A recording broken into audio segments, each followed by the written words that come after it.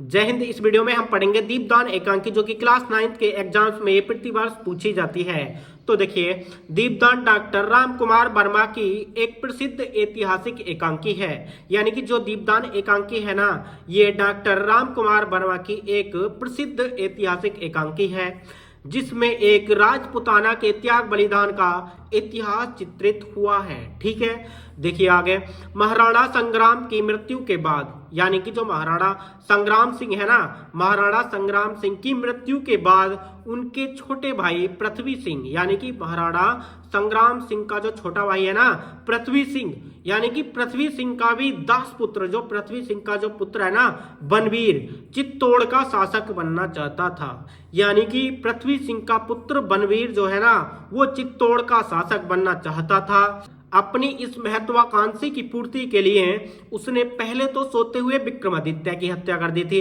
यानी कि जो बनवीर है ना, उसने पहले तो जो है सोते हुए विक्रमादित्य की हत्या कर दी थी। ठीक है, किस चीज के लिए? अपनी महत्वाकांक्षी की पूर्ति के लिए जो है उसने जो है सोते हुए, यानी कि विक्रमादित्य जो है सो रहे थे, सोते हुए विक्रमादित्य की हत्या कर दी और फिर कुंवर उदय सिंह की हत्या करने के लिए मयूर पक्ष कुंड में असमय ही दीपदान उत्सव का आयोजन किया। यानी कि उसने जो है पहले तो सोते हुए विक्रमादित्य की हत्या कर दी थी और उसके बाद जो है कुंवर सिंह, यानी कि कुंवर उदय सिंह की हत्या के लिए मयूर पक्ष कुंड में असमय ही दीपदान उत्सव का आयोजन किया।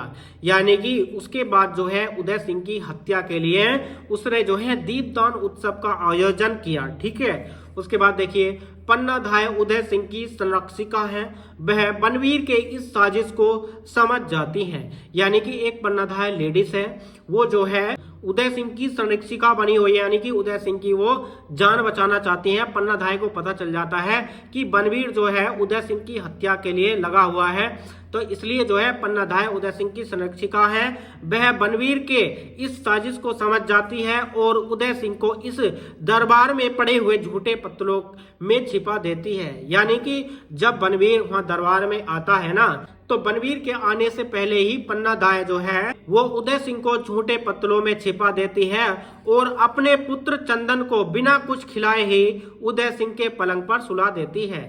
कि उदय सिंह को तो पत्तलों में छुपा देती हूँ और अपने बेटे को उदय सिंह के बेड पर सुला देती हूँ।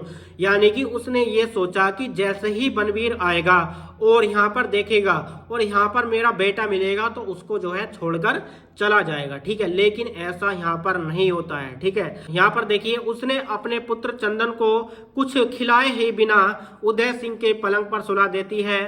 थोड़ी देर बाद बनवीर तलवार लिए उदय सिंह के कमरे में प्रवेश करता है। तब क्रोधित उदय सिंह धोखे में पन्नाधाय के बेटे चंदन को पन्ना की आंखों के सामने ही मौत के घाट उतार देता है। यानी कि जैसे ही क्रोधित बनवीर आता है और उदय सिंह के धोखे में जो है पन्नाधाय के बेटे चंदन को पन्ना की आंखों के सामने ही मौत के घाट उतार देता है। बनवीर के इस क्रूर कांड और पन्ना के अपूर्ण त्याग बलिदान के साथ ही एकांकी का कथानक समाप्त हो जाता है। यानी कि जो है बनवीर के इस क्रूर कांड और पन्ना के अपूर्ण त्याग बलिदान के साथ ही एकांकी का कथानक समाप्त हो जाता है। ठीक है, तो डियर स्टूडेंट, इस प्रकार से ये दीपदान एकांकी आपको ये कैसी लगी हमें कमेंट बॉक्स में कमेंट करके जरूर बताएं। वीडियो अच्छी लगी तो लाइक कर देना। चलिए मिलते हैं नेक्स्ट वीडियो में नेक्स्ट टॉपिक के साथ, तब तक के लिए जय हिंद, वंदे मातरम।